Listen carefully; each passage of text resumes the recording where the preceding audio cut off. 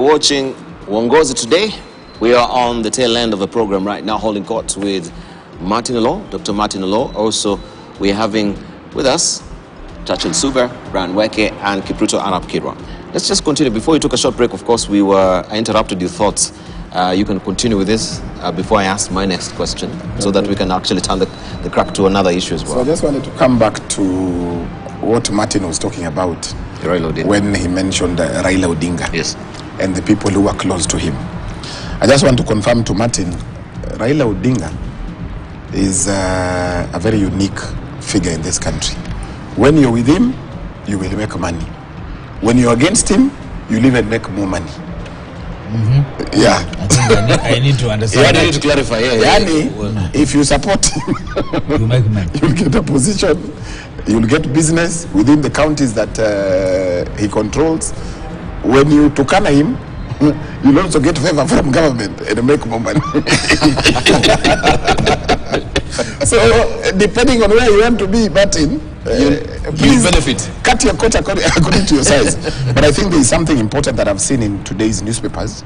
There is actually a landmark ruling that has been delivered by the Court of Appeal about performance of contracts during the COVID period. And they said whatever contracts that were there within COVID period, you cannot compel anyone to perform because it was an extraordinary circumstance. And I saw there was a matter between JQAT and the landlord. Yes. And the court has said JQAT is not obligated to pay for the rent during that period, which is, I think, really, it's a very positive ruling in this country. From the Supreme Court? From the Court of Appeal. From the Court of, the Court of Appeal, okay. All right, and let's move on. And now I asked the question regarding what is happening with the edible oils. Because Moses Kuria, just to go back to that particular edible, Moses Kuria also came up now with the 35% as reducing on excess duty to try and mollify the manufacturers in the country as well. Did it really come way too late? Before we continue. But did he even have the authority to do that? Can a minister in the excess of the authority without waive duty?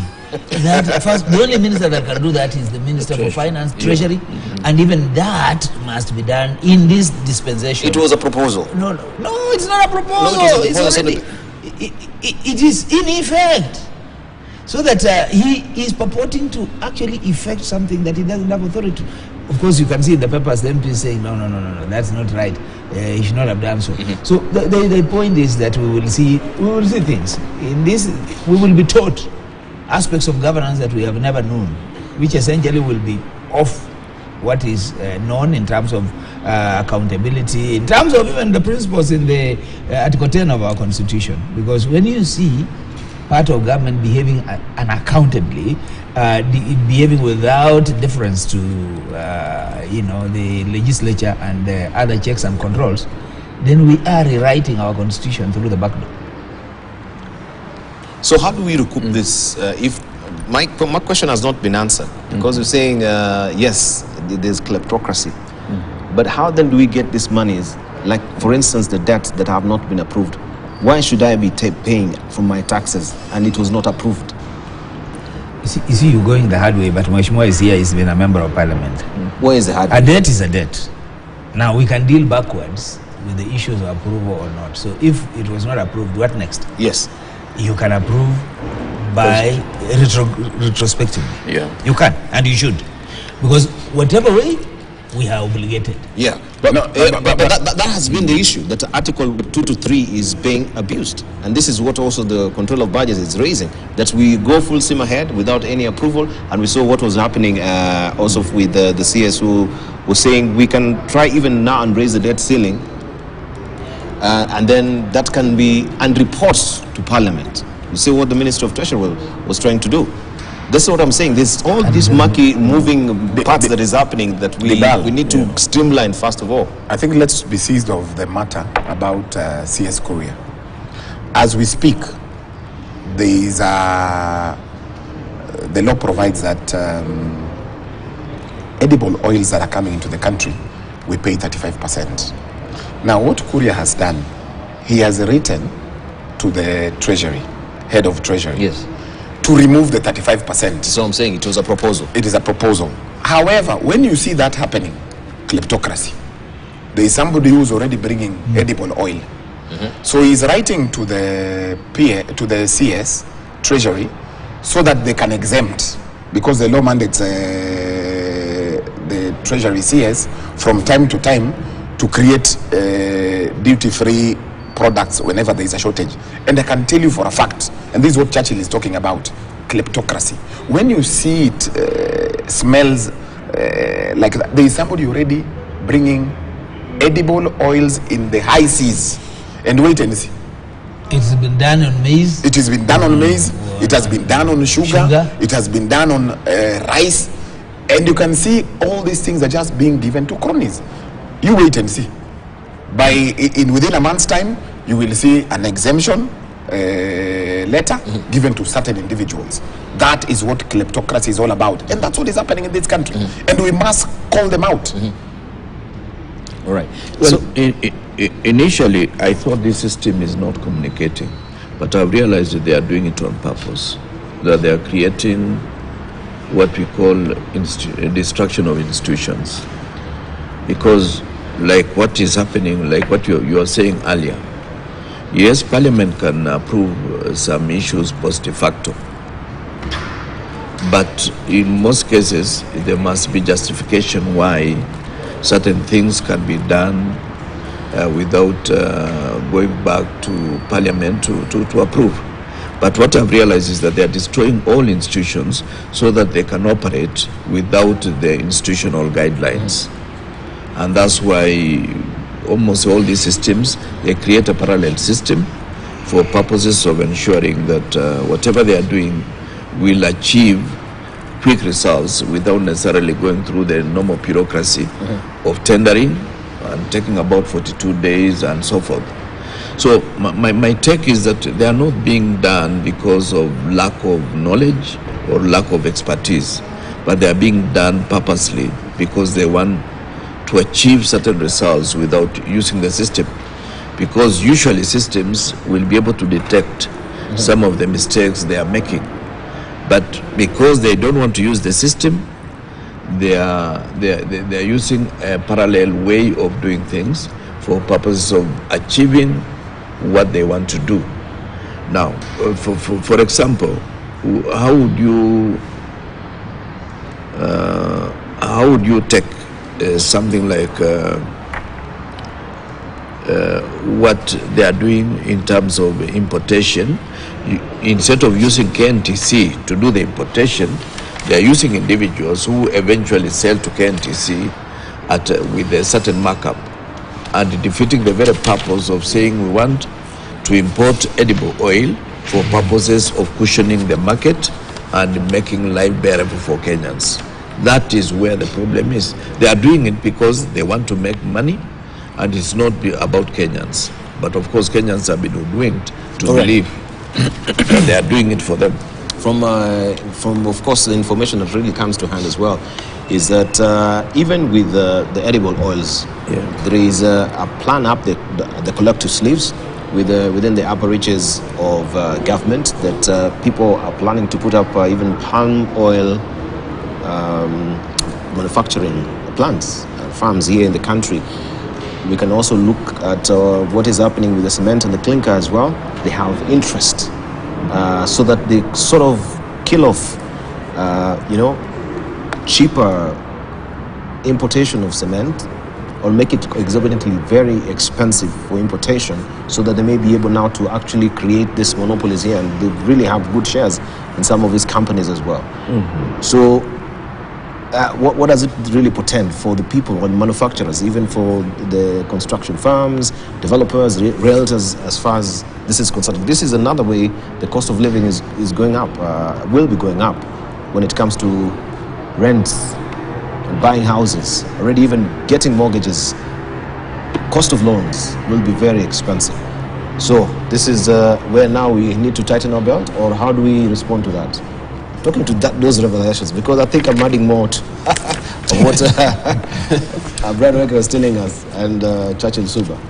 Is it valid what you talking about and what we are talking about is that we have arrived at a place where we have our fundamentals upside down. And what we are being driven to is to accept what is not the norm as the norm. So when you have people who are working off the system in every respect and working off the constitution and off the law in every respect, all they are doing is avoiding accountability, which is Article 10 of the Constitution and every aspect of checks and balances that are in place. As we speak now, we have decided that our debt, our borrowing we should not have a ceiling of 10 trillion or whatever. Let us use it as arbitrarily as we want. No, we're now saying let's peg it to GDP, whatever that is. And you know, GDP in this country, it's a moving target. It's a moving target. So we can keep moving around and so on. But remember that these guys campaigned on the platform of no debt. Now they're busy telling you how we should now even remove the ceiling, which means they want to go on a borrowing spree. Now, how consistent is that from their promise? Now, the only common thing, the only consistent thing is that we said it, we did not mean it. It's like saying when we say the gas, the price of gas will come down. We didn't mean the gas. We meant the gas cylinder. And then it's okay. And we go on with life. You know, that's okay. Yeah. So, and you see, this is a very fundamental thing we are saying here. The mode of operation for this regime is to do business with the government and for government to do business. So when you look at housing fund or housing, whatever you call it, levy, I don't know, there's a savings, and you're saying that that is going to create employment, what you're saying is that government knows how to create employment, and the only government through that fund can actually work around it. Because what you are then negating is that the markets can actually create this employment by engaging. What if you said that let there be private-public partnership so that the private sector and the public gives land, private sector brings money and employs people and creates these houses, and you as government, you guarantee affordability. Because that's what you're good at. Government is good at creating policies, enabling mechanisms for Kenyans to all acquire, equitably what they deserve. So that you stop doing government business. When you look at what Moses Kuria is doing in the ministry, he's busy getting into private sector and busy trying to do business. So every aspect of what we are doing is about government doing business. And the question is that what governments do well on? Earlier on we are saying that this same government is listening to IMF and listening to World Bank carte blanche. So no controls, no nothing. The arrival of the new governor in Central Bank is IMF's pretending. Remember, that governor has never ceased being an IMF official. He was only seconded to the Kenya government. He's an IMF official, having your central bank. And generally, the policies that we are seeing is externally driven. Every time any country has gone that route, where we were with structural adjustments, we've always ended up in regret.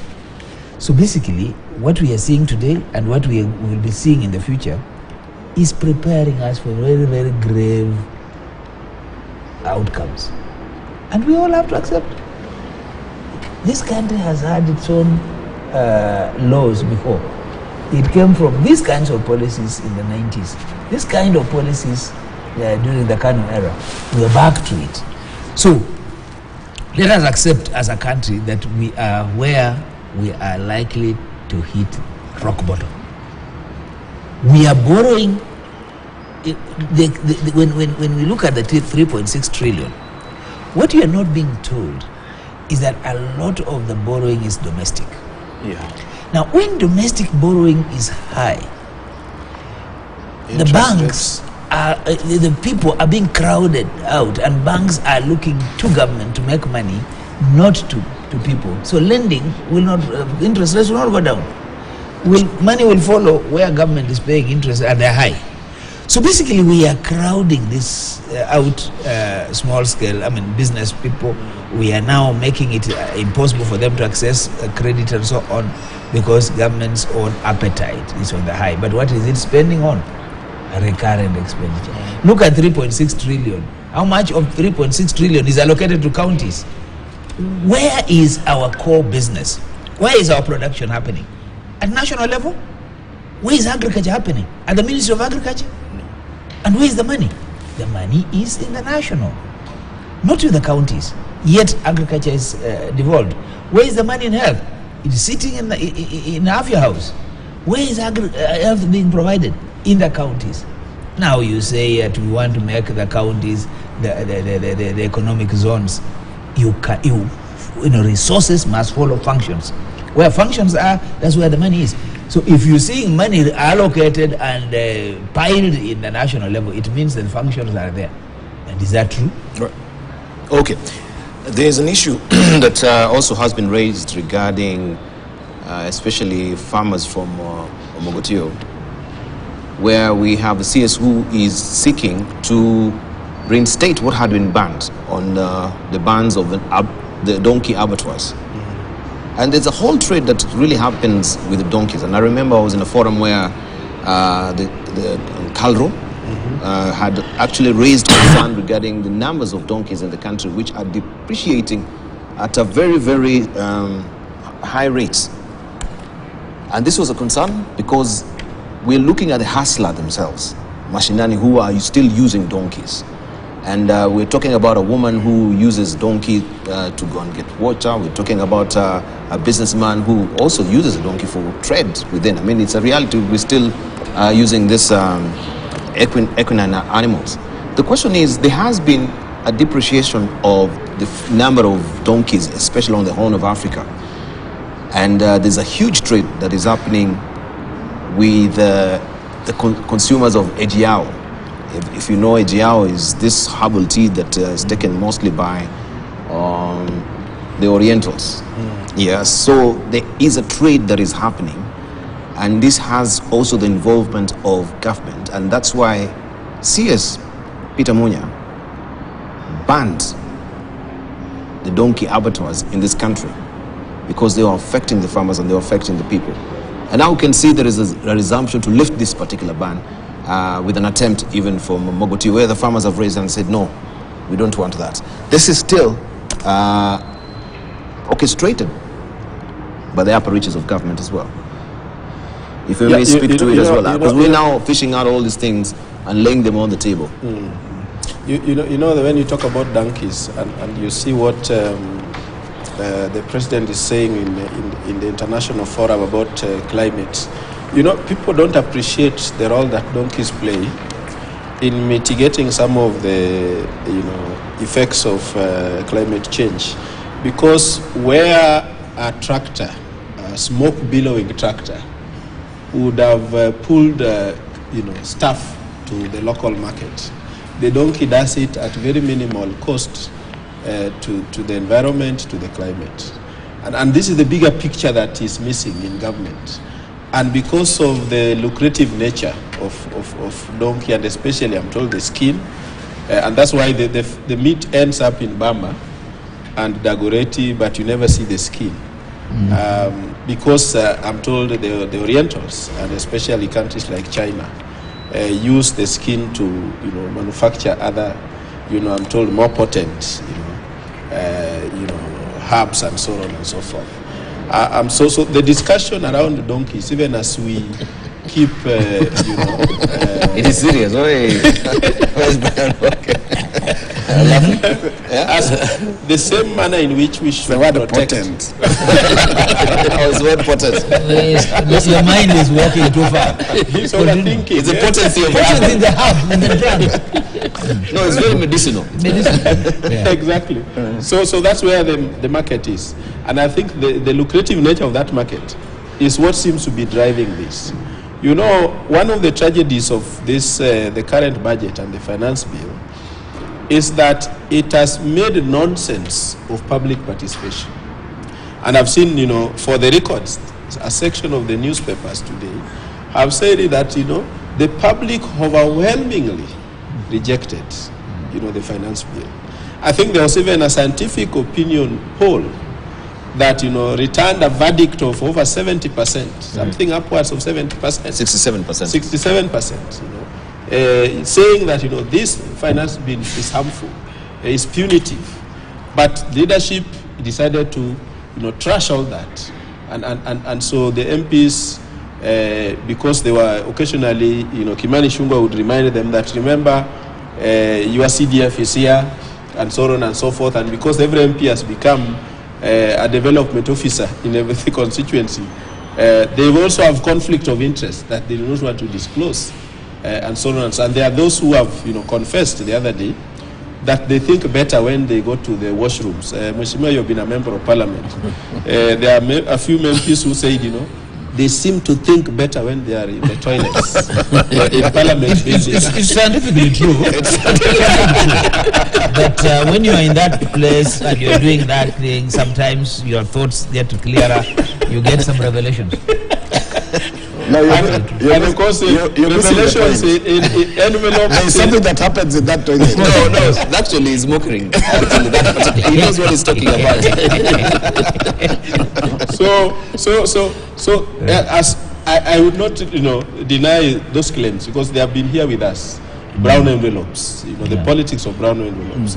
When a section of MPs decided to come up with, amendments to the finance bill, all of a sudden their names were being called out. They are not there, and you see, when you are not there and your amendment is on the other paper, it goes, it dies.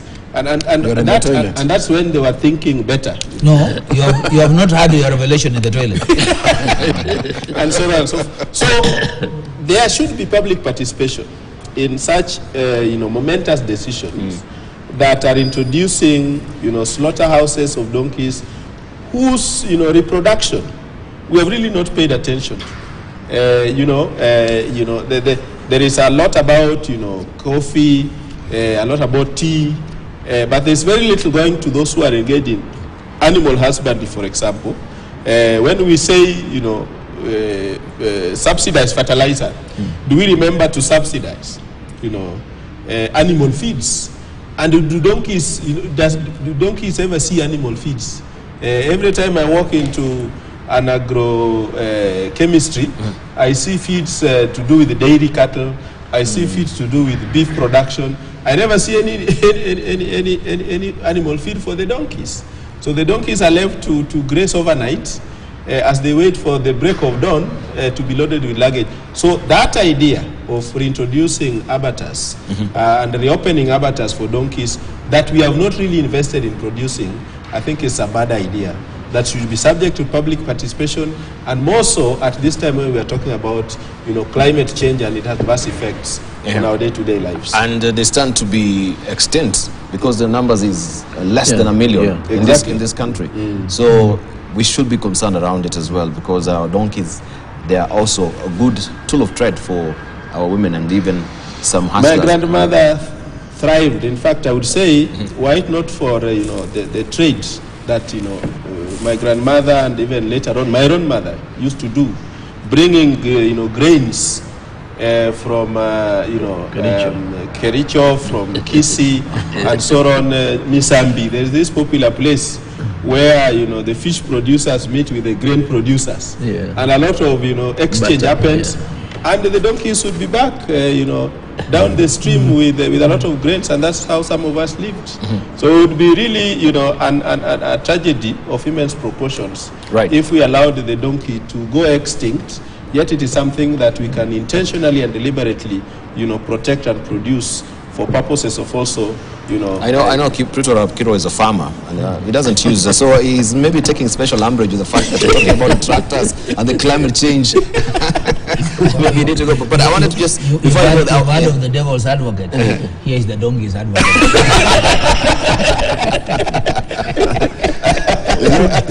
They're serious donkey advocates in the country.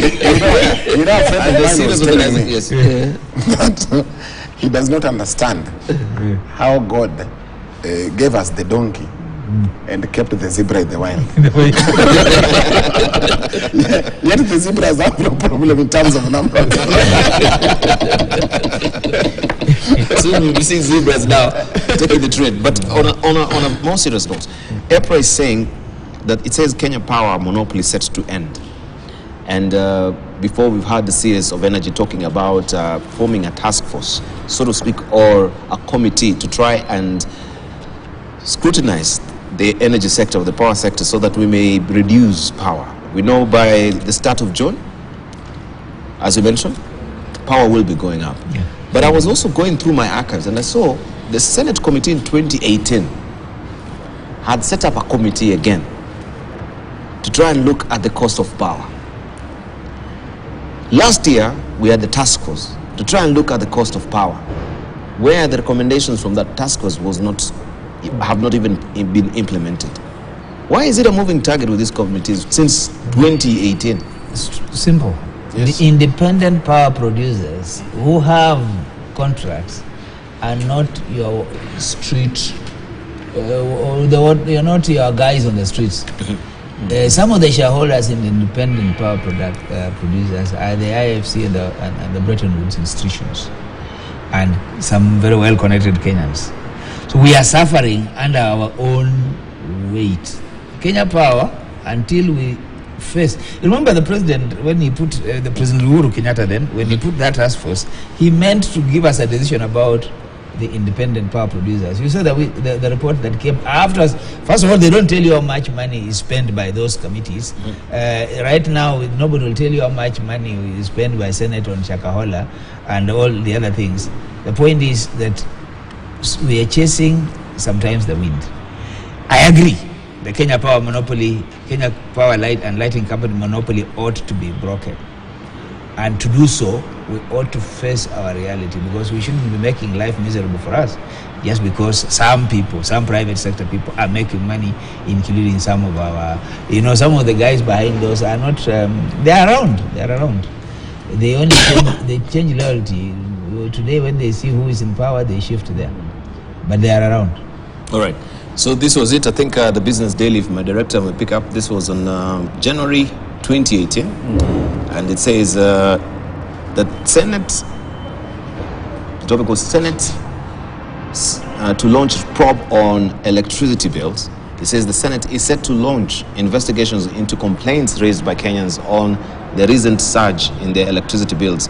Newly elected chair by then 2018 of the Senate Energy Committee, Ephraim Minor, said the explanation given by the Ministry of Energy regarding the increase in power bills is unsatisfactory. The Energy Secretary, Charles Keter, then attributed to the rise in charges to an ongoing upgrade of Kenya power billing system. But then it was an upgrading of a system that now was actually exacerbating the prices. And according to Business Daily, in that particular week, Kenya Powers revealed that Kenya Powers was underway or had plans to pass on to the consumers 8.1 billion shillings in bucketed charges incurred on diesel-generated electricity last year. So this is a moving target since 2018. Now it was the upgrading of a system that was exacerbating the bills. We have the IPPs, and most amazingly, we've seen also the previous Minister of Energy, who has been embroiled as one of the beneficiaries of the IPPs. And this particular move, he's been given a chairmanship in this current administration. And a very strategic one. A very strategic. National oil. I don't want to mention corporations. You mentioned them. No. We must.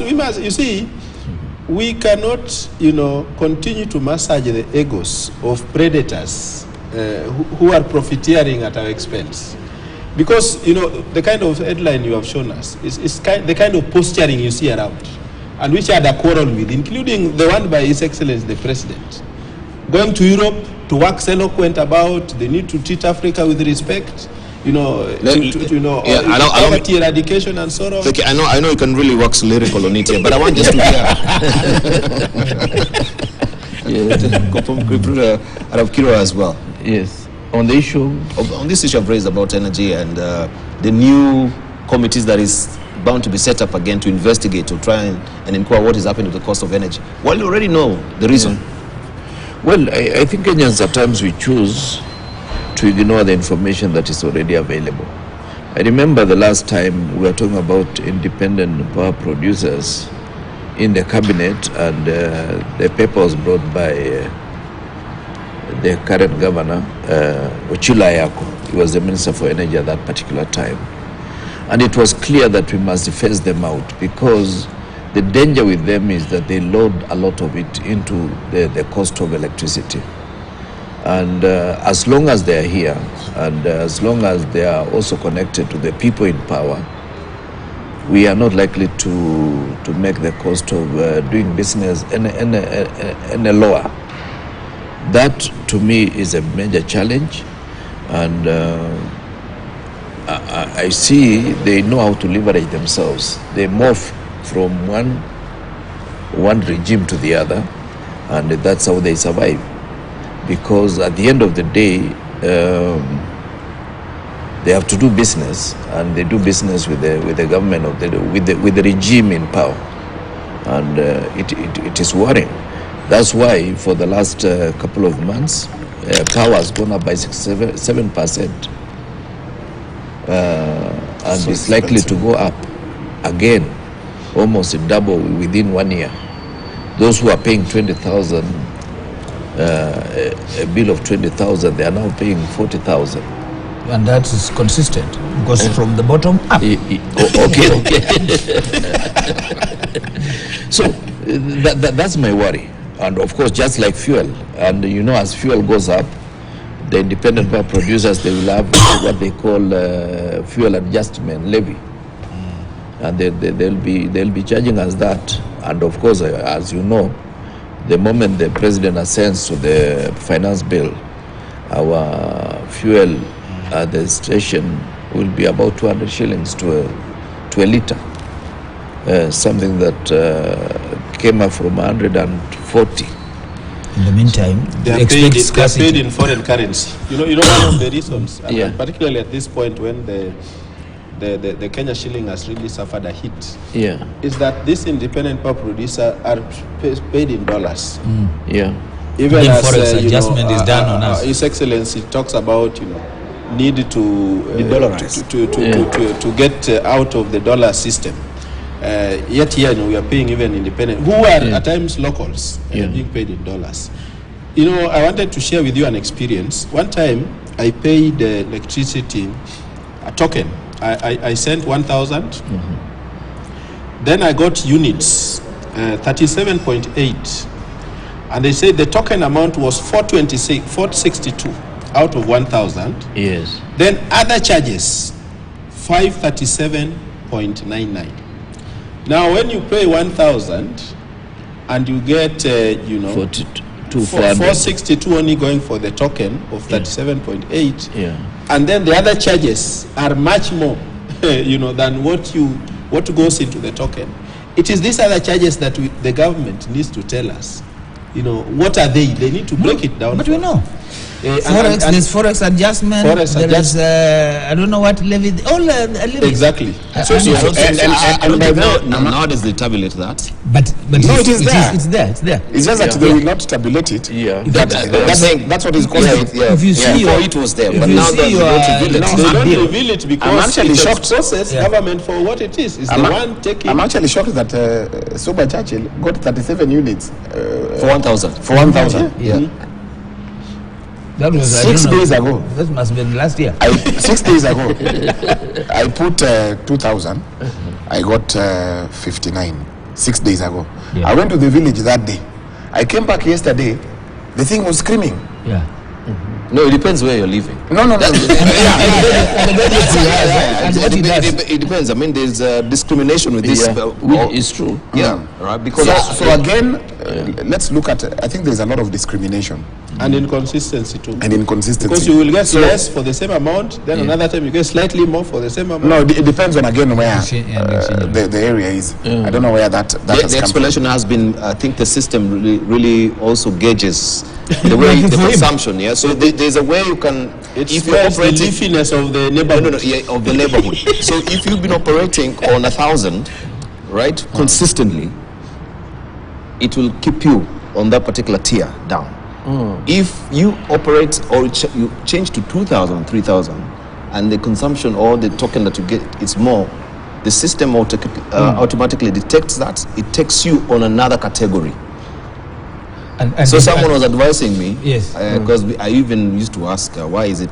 So if you keep vacillating and you're not consistent, if you buy every day 100 units consistently for the next 3 months, then the system will take you down.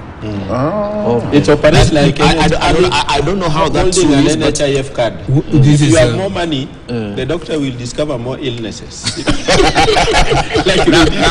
Now, Debal, on a serious note, you know, just the other day, the president removed subsidy on diesel. So I can assure you, the cost of power is definitely going up. yes. Now, with the new finance bill, he has added another 100% on VAT, which was 8 to 16%. 16, yeah. The cost of power will definitely go up tremendously. We have to be But genuine. I was also looking at it practically. Yes. If you look at the phone that Brian is using, which is a smartphone, perhaps the top range iPhone, Please. and you look And you're going out to and you look at this music, certainly this must consume less. This guy must consume.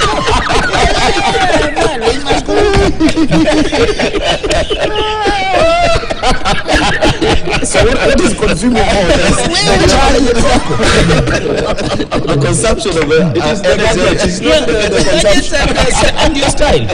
We must do more. because we change it every day. Actually, they say an old Peugeot consumes more than a new Range Rover. So you might not be true. An old Peugeot is on carburetor. Same as our churches. I charge this one twice a week. Yes. Twice a week. I'm not on WhatsApp.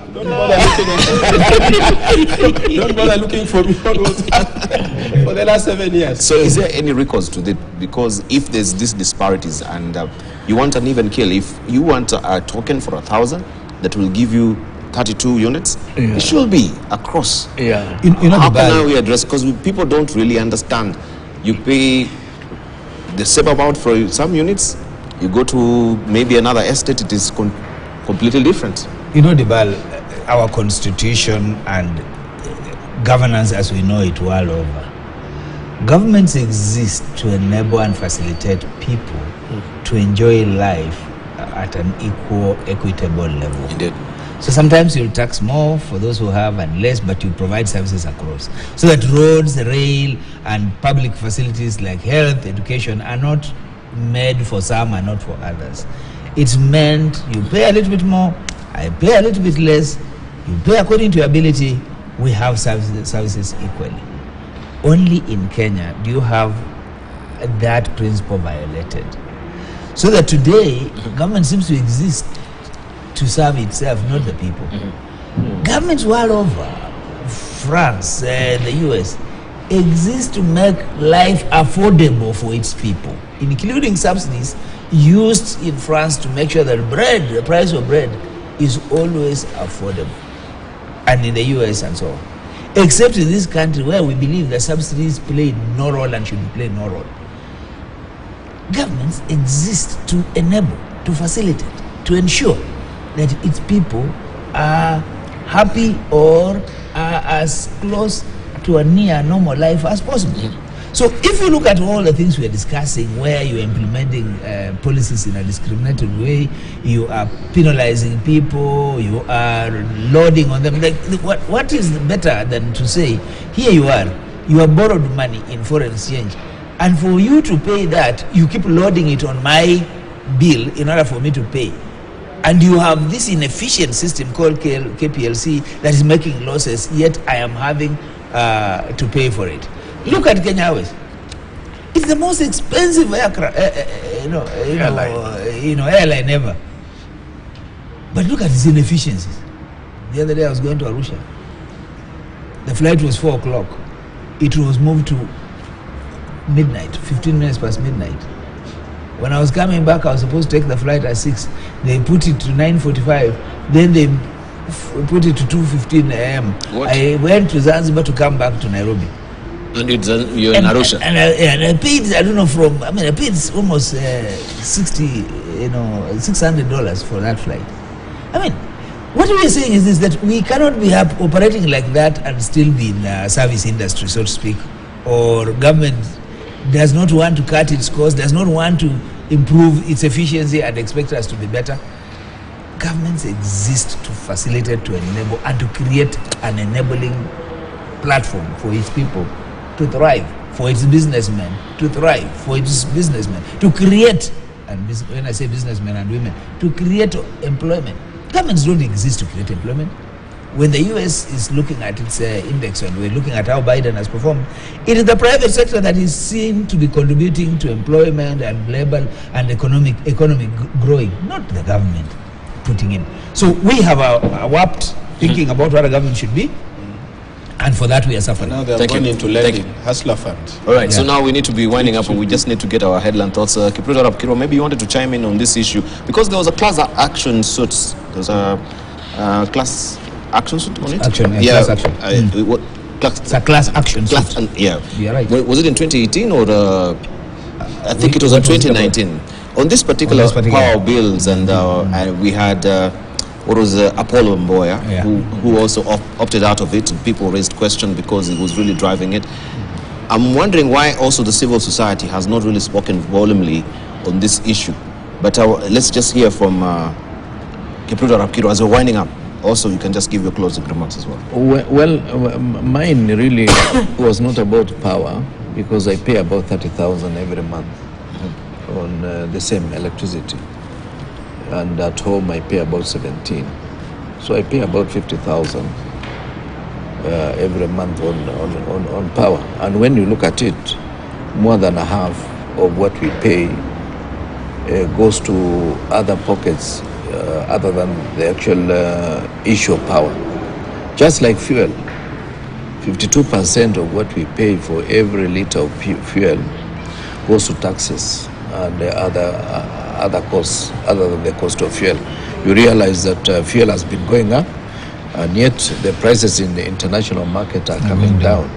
So it is a misnomer that we're dealing with a situation that it is very hard to understand why this regime seems to be punishing us, and that is worrying me. But the point I wanted to emphasize is a question of human resource audit. Human resource audit has not been done. The 2010 Constitution provided for certain positions to be created both at the national and at the county level. I have this feeling that between 20 and 30% of the so-called wage bill goes to ghost workers. Some positions have been created by governors that do not exist, and we need to relook at the Constitution whether those positions are necessary. In terms of human resource content, you are supposed to do job evaluation to make sure that the people that you have at a place like this media house are people who are doing the necessary jobs. Otherwise, you are creating chaos in a workplace. As I've said before, you cannot have like 10 drivers for 3 cars. It will create a chaotic situation because you do not know who is going to drive what and at what particular time. To me, that is worrying me, and I think we need to relook at the Constitution. I know my good friend Dr. Martin Olo will disagree with me, but we must cap. Like you see now, the CSS that the current regime has is about 50 because we did not cap. The PSS about 40 something because we did not say exactly how many of them. Thank you. The CECs in various counties. Right. I hear my music is up. Let's just give also It's worrying me. our No, headline thoughts. The briefly. constitution is not a problem. It is our habits. I keep on saying that if you give a good people a bad constitution, they will still make good of it. But if you give bad people a good constitution, they will not make good of it. So the constitution has no problem. Let us just improve on our political hygiene. Let us decide what we want to be as a people. For now, anything goes. For now, theft is okay. For now, bribing voters is okay. For now, MPs taking bribes is okay. Voters taking bribes is okay. Policemen taking bribes is okay. So what do we stand for? If we can only be in a bed that we are making for ourselves. So this country is suffering because we have all acquiesced. We have all decided that anything goes. The kind of leaders we get reflect us. Thank you, Dr. Martin Olo. Yeah, I think, your headline thoughts. My final thoughts is that on this matter, budget and finance bill, the government is not different from Mackenzie that they want to condemn. Because Mackenzie told his followers that he knows what is good for them. But when he was locked up, his lawyer was the first to complain that he was being denied food, which he had made his followers to go without. This government, despite our protests that these taxes are not good for us, His Excellency has insisted that he knows what is good for us, and we must pay them, and so because he knows the goods and he can see ahead of us. I totally disagree with that and hope that they'll change, because the finance bill is just a law and can be changed. Thank you. So that some of these taxes are removed. Thank you, Brian Weke. When you give tax exemption to food stuff like maize, sugar, lentils, edible oils, the idea is to make Kenyans get cheap food. It is only in Kenya where you're given tax exemption and the sugar that checks in is more expensive than the local sugar. It is only in Kenya that you're given tax exemption on edible oils, then it comes in more expensive than the common edible oil that we're having. So I would really want to ask the president to think about Kenyans. We are struggling. Now let's tell Kenyans, operation wacha sukari. Wacha sukari. A kg of sugar is more than 200 bob. Yes. 1 kg of sugar. Yes. Yeah. All right. Farmers there also will be wondering, if we watch a sukari, what will we do? Yeah, because of part of stimulating the economy. It's Also the least- by Not to watch Sugar farming is the get least it at profitable in this cost, country. affordable cost. Thank you, gentlemen. I really appreciate a very massive and insightful conversation here. I think you've teased out a lot of things.